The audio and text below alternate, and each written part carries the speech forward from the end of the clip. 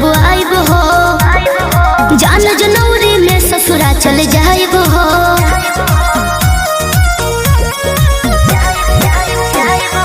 होई प्यार न यार नजर अब आइब हो, जान जनवरी में ससुरा चल जाइब हो।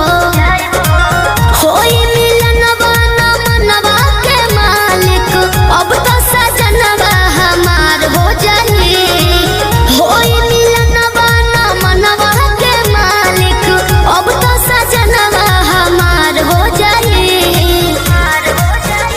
अरे बीस में हमार जब रहलू तो कैसे 21 में दूसर भतार हो जाई। अरे बीस में हमार जब रहलू तो कैसे 21 में दूसर भतार हो जाई। तो का करी तू ही बताओ।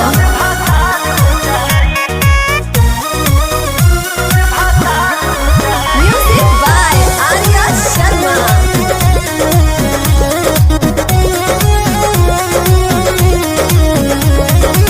हाथ जोड़ता ने बतलो न माने, नया साल करी हो ना फीका हो जाई हसाई सभे जन जाए।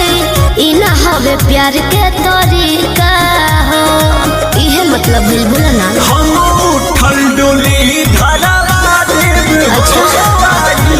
बारात फिरवा देव हो। जानू हो हमरो काले बहई जतिया, ऐसे जे करब तमार हो जाए।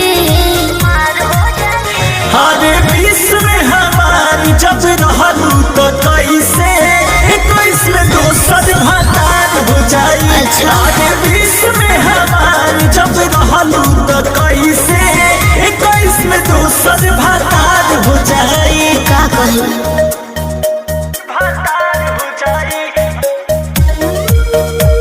भतार हो जाई।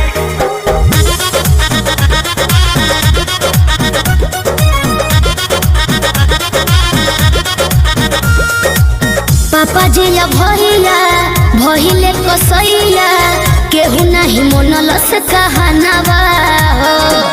बड़ी हठ कैनी मम्मी के बतैनी, तोहरे से करे के बियाहवा हो। केहू नहीं के मानल जब साथे न हमारा तू रहबू दिया, कैसे मनी है तेरी हुलिया। अंकुश राजा हमरो बतानी, बस कैसे पियावा हमार हो जाए। बोलो अरे